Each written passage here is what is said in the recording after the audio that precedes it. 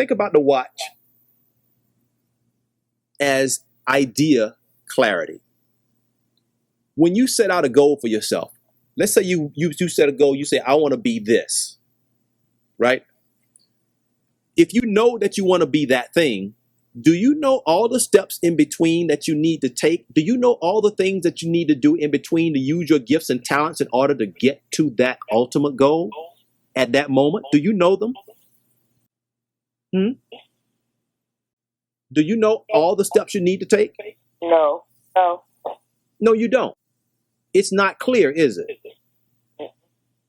In your mind, the only thing that appears to be clear is the goal that you set for yourself. Isn't that right? Yeah. So what must happen to get you from where you are to that goal? What must happen? If your goal is to make all A's and you haven't made all A's, what must happen? If your goal is to obtain a degree and you haven't obtained a degree, what must happen?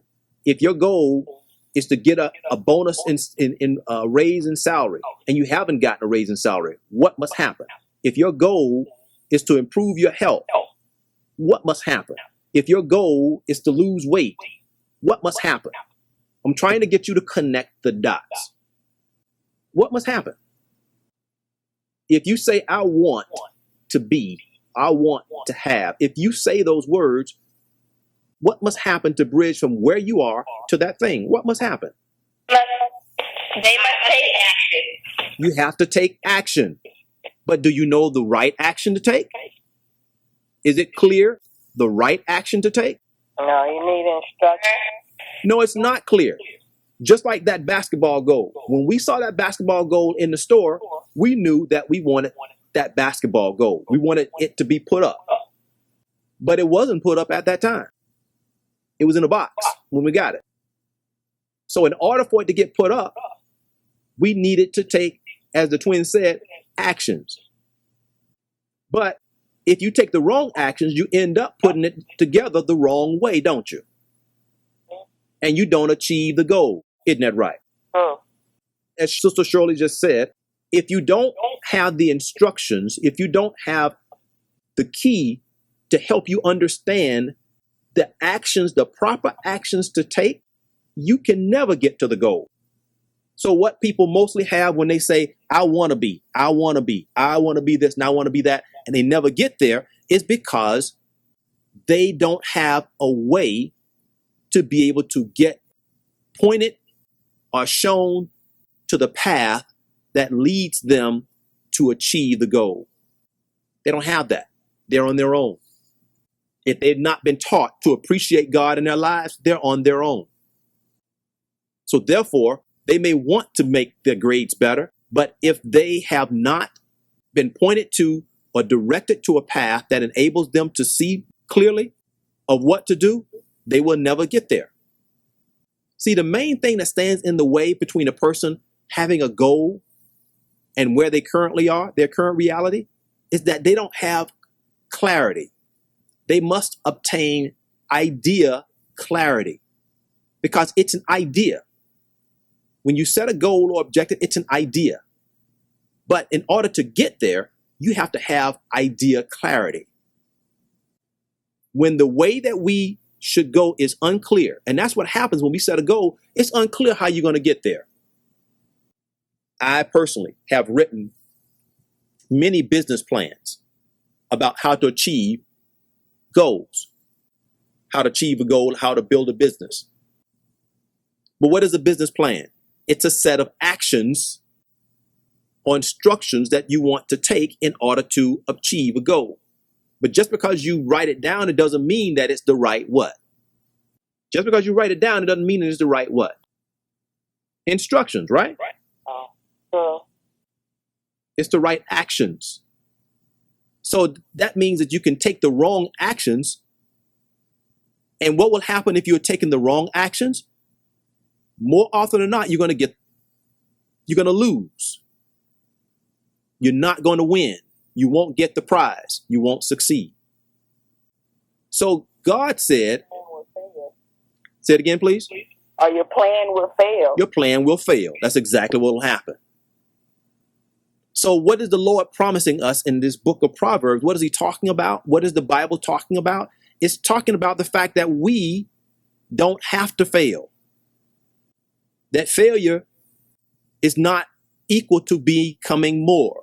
The Lord wants his people to be more. And in order to be more, that means that you have to succeed more. You have to win more. You have to achieve more. In order for you to do that, you have to have clarity of ideas. You have to have clarity of how you're going to get from where you are to where you're trying to get to. Is that same clarity being given to everybody? No. Why, Pastor, isn't that same clarity? God is not giving that same clarity to everybody, that same opportunity. He only gives it to those who demonstrate that they love him.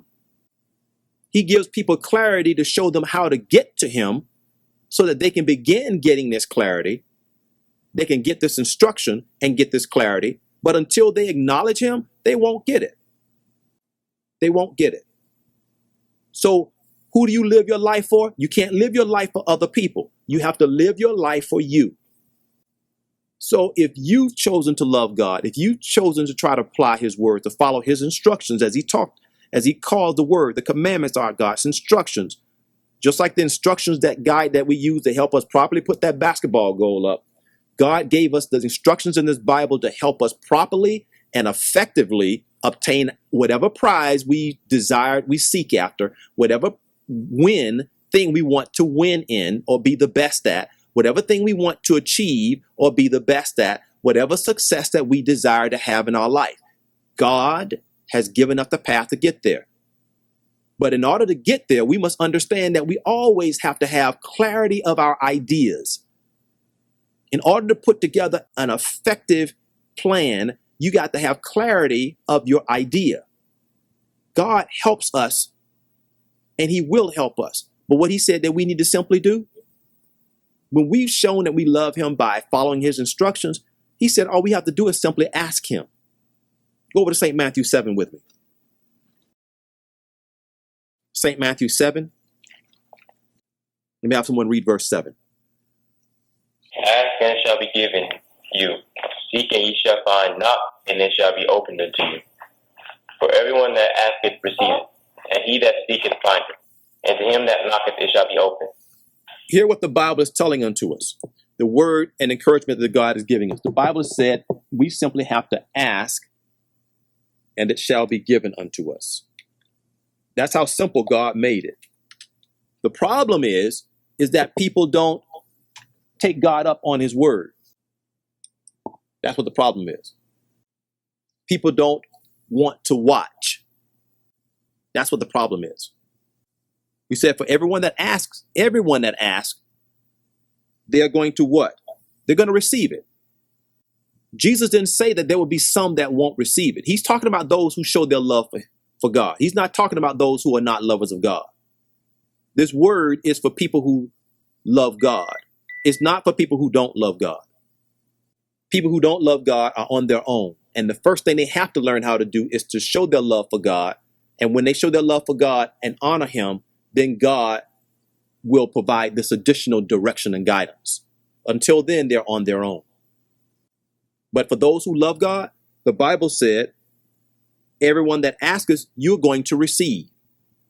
So we must obtain idea clarity as to how do I get from where I am, God, to where I'm trying to be.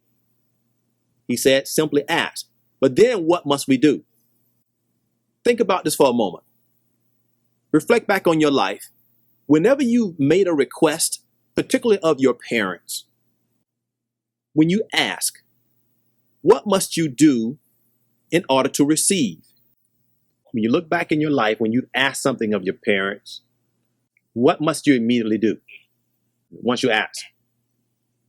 Take action, get instructions. Okay, that's a part, but there's something that you must do immediately. As soon as you ask, there's something that you must do immediately. Present details. Okay. After you present your details, after you ask, what must you immediately do? Wait. Wait. Exactly. That's it. Wait. What are you waiting for? A response. You're waiting for a response, aren't you? Think about it. Have you ever asked to go to a game or asked to go to the movie or something of that nature, or to an outing with a friend? Whatever, if you've ever asked a question in your life, everybody has to do the very same thing once they ask. They have to what? Wait. That's immediately what you must do. As soon as you ask, you may ask in a certain level of detail, give all the information that's needed, but you must in turn wait. What are you waiting for? You're waiting for an answer, aren't you? What must you do if your answer doesn't come immediately? Wait. Be patient. Be patient. Wait. Do you forget about it? You don't forget about it, do you? If it's something that you are interested in doing and it hadn't come about yet and you've asked, is that thing going to still be on your mind until you get an answer? I want you to really think about when you've asked for something, does that thing stay on your mind until you get an answer? Stay on your mind. You get an answer. You think about it. It does. No matter what question may have been, if you hadn't gotten the answer, it stays on your mind, doesn't it? Now, do the other things come up along the way? Yes. But still, somehow that thing that you want stays on your mind, doesn't it? Yes. Lifelong. This is what the watch of the Lord is all about. The purpose of the watch with God is for you to obtain direction from the Lord. When you make a request or ask a question of somebody, you are looking for a direction. You're looking for an answer. And that direction is what you're expecting will help you move closer to success. The watch of the Lord is the same way. When you make a petition unto the Lord, you must be willing to wait. You must be willing to be patient. It must stay on your mind, and you must be willing to spend time thinking about it. Think about somebody waiting for an answer for going to an event, and you don't get that answer immediately. You're going to get an answer, but that thing is going to be on your mind. And you're going to give the person that you are looking for an answer from, you're going to keep looking to them. You're going to try to spend time with them. You're going to try to connect with them in order that they might give you an answer. Am I right? Yes, sir. Yeah. You're going to try to do that until you get an answer. That's what the watch of the Lord is. The watch of the Lord is you, no matter what stuff comes up during the course of your day, you stopping and spending the time with God and meditating with God, thinking on the things that you have in front of God and honoring God by letting God know how awesome He is and that you know that He can do this thing, that He can give you the guidance that you need. By spending that time alone with Him is what you should do. You're keeping it in your mind. You're not letting the distractions of the day separate you, keep you from going back before God with that thing. And not saying, asking Him over and over again. But you have to step back and pause for a moment, and you have to let God answer you. In order for you to get an answer to your question or the answer to the thing that you asked for that you are interested in, you have to stop for a moment and you have to wait.